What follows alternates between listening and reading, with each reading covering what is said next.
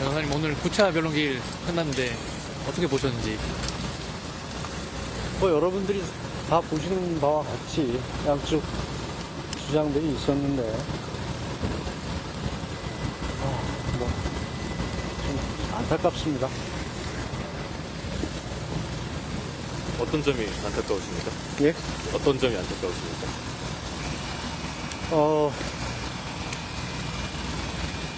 위기 상황이고 쿠폰 질서가 문란하고 걱정이 많이 되고 여러 가지 상황을 종합해서 대통령께서 헌법상 권한으로 비상대권, 비상계엄을 선포하신 것이 무슨 독재를 강화하려고 하는 것으로 해석되고 그것이 위헌 위법으로 치부되고 있는 것에 대해서 너무 안타깝게 생각을 합니다. 대통령은 뭐 정부 측에서 인정하듯이 전 국민의 투표에서 선출된 민주적 정당사의 최고의 위치에 있고 또 최고 권력자이고 국가 원수이고 행정의 수반입니다. 그분이 무슨 대란 목적으로 독재를 목적으로 했겠습니까? 누차 강조했듯이 여러 가지 어려운 지금 국가적으로 위기 상황을 돌파하려고 하는 그런 수단으로서 대통령에 주어진 비상계엄의 권한을 행사한 것이고 그 권한을 행사함에 있어서도 법의 테두리 내에서 피해를 최소화하고 국민들에게 주는 충격을 최소화하기 위해서 최선의 노력을 하였음에도 불구하고 그 뜻이 왜곡되고 있는 것에 대해서 안타깝게 생각한다는 것입니다. 누차 강조했듯이 국무회의 당시에도 국무위원들이 우려를 표명했을 때 오래가지 않을 것이다 라는 그 말씀을 분명히 하셨고 실제로 일어난 일도 6시간 해제까지 또 해제 의결까지 하면 뭐 2시간 남짓 짧은 계엄으로 끝난 겁니다.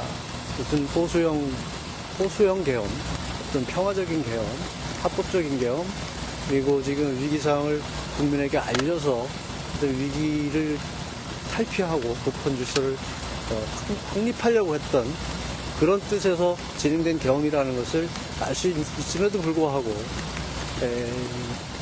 오히려 어떤 권력을 찬탈하려고 하는 세력들에 의해서 그 뜻이 왜곡되고 내란몰이 되고 어떤 탄핵몰이 되는 것들이 너무 안타깝다는 생각을 합니다. 오늘 헌법재판소가 수사기관 진술조서를 증거로 채택했는데 여기에 대해서는 어떻게 생각하십니까? 누차 얘기했지만 법률을 위반하면서 법을 집행할 수는 없습니다. 법치주의의 가장 기본은 법에 특히 명문 규정에 입각해서 해야 됩니다. 지금 헌법재판소에서 진행되고 있는 것은 명문 규정을 해석으로 하는 것도 아니고 정면으로 위반하고 있는 것입니다.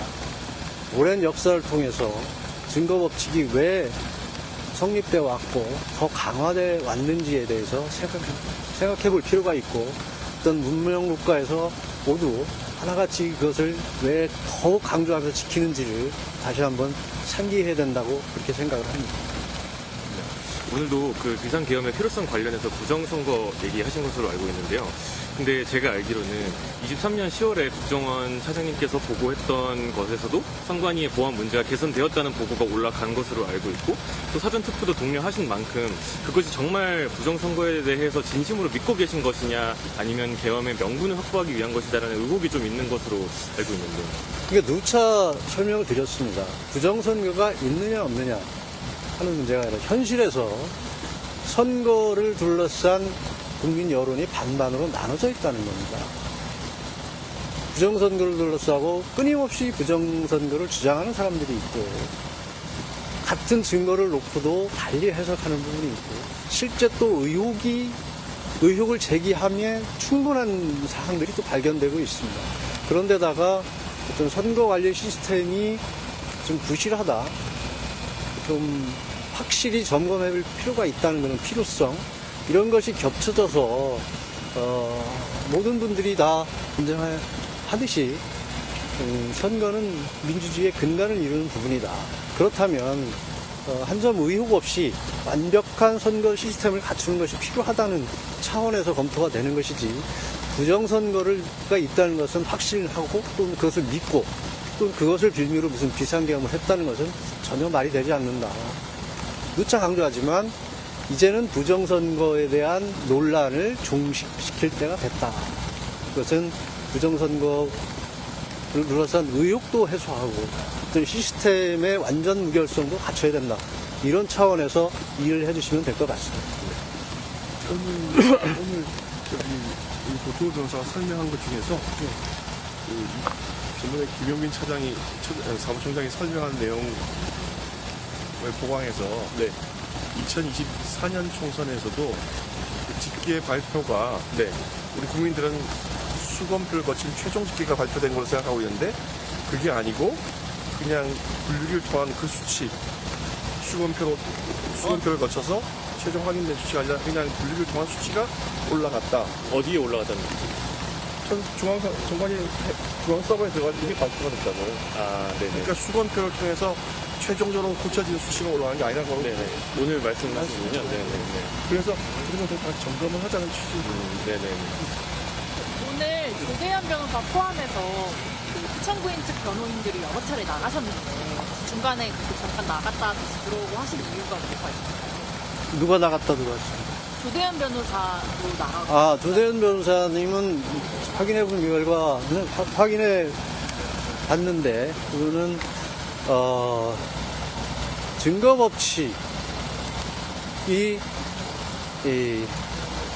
적용되지 않고 법을 정면으로 위반해서 진행되는 헌법 재판에는 참여할 수 없다는 뜻에서 나갔다고 하십니다. 진술조사에서 조지호 경찰청장에게 대통령이 의원들 끌어내라라는 진술이 나왔는데 그거에 대해서는 어떻게 보시는지? 우선 오늘 조지호 경찰청장의 조서는 인용되면 안 되는 부분이었습니다. 아직 증거조사가 이루어지지 않은 부분인데, 그 부분이 이미 이루어진 부분이어서 설명을 드린다면, 제가 조서를 검토해본 결과로는 그 부분에 대한 정확한 과정이 나타나 있지 않습니다. 수사기관의 조사는 6번에 걸쳐서 전화를 받았다는데 끌어내라는 지시를. 근데 6번에 걸쳐서 전화를 받으면서 어떻게 설명을 하고 무슨 요구가 있었는지에 대한 설명이 없습니다. 과정이 전혀 없습니다. 조사에. 그냥 구청장 아까 국회의원들 끌어내라 불법이야 이거만 있습니다. 근데 무슨 조사가 그런 조사가 있는지 우선 의심스럽고 끌어내라고 하면 어떻게 끌어내라든지 왜 끌어내라든지 뭐가 있어야 되는데 그런 과정이 전혀 없고 또 그거에 대한 조사기관에서 질문이 없습니다. 근데 그런 전화를 6번 연속받았다는 게 저는 납득이 되질 않습니다. 그 조서 부분은 다음 길에 증인으로 나올지 안 나올지 모르겠는데 나오면 충분히 확인을 해봐야 될 상황이라고 생각을 합니다. 우선 조서가 납득이 안 나요. 6번에 걸쳐서 연속 전화를 받았다는데 똑같은 워딩만 있다는 것이고 그 과정이 전혀 드러나 있지 않아요, 조서에. 그래서 그 조서의 신빙성은 전혀 없다. 이렇게 생각을 합니다. 대통령님이 중간에 주최소에서 나오셨다가 다시 돌아가셨는데 어떤 이유 때문이신가요? 오늘 진행사항은 대충 이제 알고 나오셨는데 양쪽의 대리인단의 이제 의견 발표다. 이런 걸 들으시고 우리 측에서는 뭐를 발표할 거라고 이제 들으시고 나서 그걸 스스로 충분하고 대리인단을 통해서 의견을 발표하는 것은 충분하고 대통령께서는 오늘 자리에서 특별히 할 역할이나 하실 일이 없다고 판단을 하시고 들어간 것이지 다른 특별한 의미는 없습니다. 기일이 더 늘어나지 않으면은 이번 주에 변론기일이 다 끝나게 되는데 목요일에 어떻게 또 대비하셔서 사실 우선 증인 신문을 마치고 앞으로 추가 더 신청할 증거나 증인이 있는지를 내일 하루 더 검토를 해서 그것을 할지 여부를 판단할 것이고 그 이후에 증거조사가 충분히 되면 또 그 이후 절차를 대비하도록 하겠습니다. 너무 춥습니다. 고생들 하셨습니다. 네.